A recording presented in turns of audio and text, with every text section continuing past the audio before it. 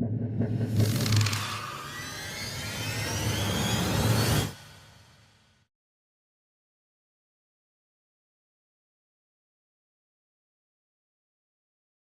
घर की चुड़ैल।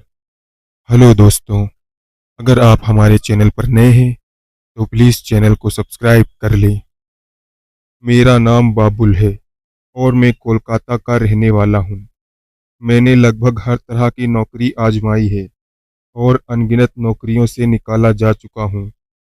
पढ़ाई में मैं हमेशा अंडे ही उबालता था, इसलिए 10वीं कक्षा की अंतिम परीक्षा में आए स्पीड ब्रेकर ने स्कूल से मेरा नाता हमेशा के लिए तोड़ दिया था। इस समय मैं 25 साल का हो चुका था। अब तो पिताजी भी गुस्से में बोलते रहते थे कि बेटा तू शायद जिंदगी भर मेरे ही टुकड़ों पर पलेगा। मुर्दाखोर चुड़ैल से जब मेरा सामना हुआ तो मैं लगभग अपनी जान गंवा ही चुका था। पिछले महीने एक दिन की बात है जब हमेशा की तरह पिताजी मुझे काम न मिलने के कारण जली कटी सुना रहे थे। तब गुस्से में आकर मैंने भी उन्हें बोल दिया था कि आज शाम तक अगर मैं नौकरी नहीं ढूंढ पाया तो रात को घर वापस नहीं आऊंगा। ऐसा बोलकर मैं काम ढूंढने की खोज में लग गया। रात के 12 बजे तक भटकता रहा पर कोई काम ना मिला। अंत में निराश होकर एक वीरान कब्रिस्तान के पास पेड़ के नीचे बेंट पर सो गया, क्योंकि घर तो काम ढूंढ कर ही जाना था। अभी मेरी आंख लगी ही थी कि कब्रिस्तान में से फावड़े और कुल्हाड़ी जमीन पर फटकने की आवाज आने लगी। मैं जाग गया तो देखा कि काले कपड़े वाली कोई जवान गोरी औरत कब्र खोद रही है। मेरे तो होश उड़ गए। मैं चुप कर देखने लगा। थोड़ी देर में उसने कब्र से मुर्दा बाहर निकाल लिया और भूखे जंगली जानवरों की तरह उस मुर्दे को काट नोच कर खाने लगी। वो एक दिल दहला देने वाला नजारा था। उस वहशी मंजर को देखकर मैं डर से मारे कांपने लगा और धड़कनें बेहद तेज हो गई थी। करीब आधे घंटे तक मैं उसे देखता रहा और फिर वो उसे फिर से कब्र में गाड़ने लगी। तभी अचानक एक दुर्घटना हुई जिसके कारण उस वक्त मेरी जिंदगी जहन्नम बन गई थी। आप सोच भी नहीं सकते कि किसी की किस्मत इतनी खराब कैसे हो सकती है। वो मुर्दा खाकर जाने वाली थी कि मेरे मोबाइल की रिंगटोन बजी और उस काले कपड़ों वाली औरत मेरी ओर पलटी मारी। वो इधर उधर झांकने लगी। मैं दीवार के पीछे झाड़ियों में छुप गया था। मुझे लगा कि वो मुझे देख नहीं पाएगी, पर वो मेरी सबसे बड़ी भूल थी।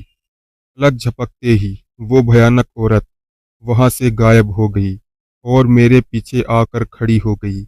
दिखने में वो किसी अप्सरा से कम नहीं लग रही थी, पर उसके मुंह पर गुर्दे का गोश्त लगा और खून लगा था, जिसे देखकर अच्छे अच्छों की बोलती बंद हो सकती थी।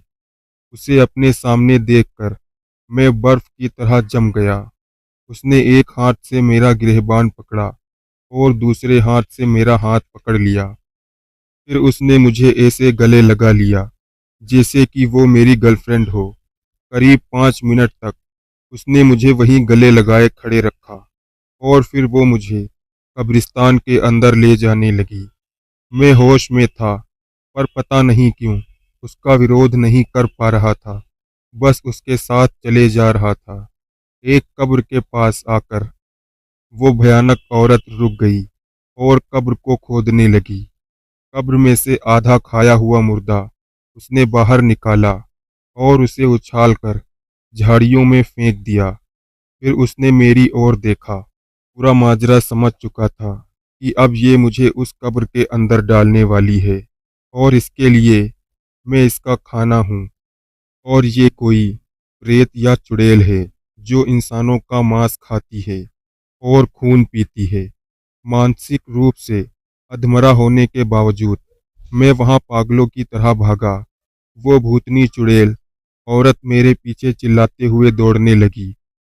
रोते हुए चीखते हुए मैं कब्रिस्तान से करीब 200 मीटर दूर जा पाया।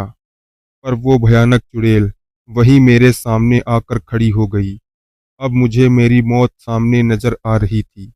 मैंने हार मान ली थी और भगवान से अपने किए हुए पापों की माफ़ी मांगने लगा, ताकि मौत के बाद मुझे कम तकलीफ हो। उसने इस बार गुस्से में मुझे बालों से पकड़ा और मेरी गर्दन में अपने दांत गड़ा दिए। मैंने आखिरी मरण तोल चीख निकाली। अभी अचानक किसी ने मेरे गाल पर सन्नाटेदार चाटा मारा और मैं उछलकर जमीन पर गिर पड़ा।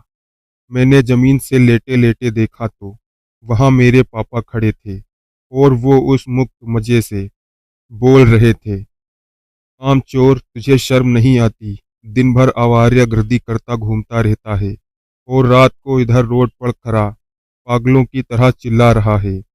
और बेशरम, तू फोन क्यों नहीं उठा रहा?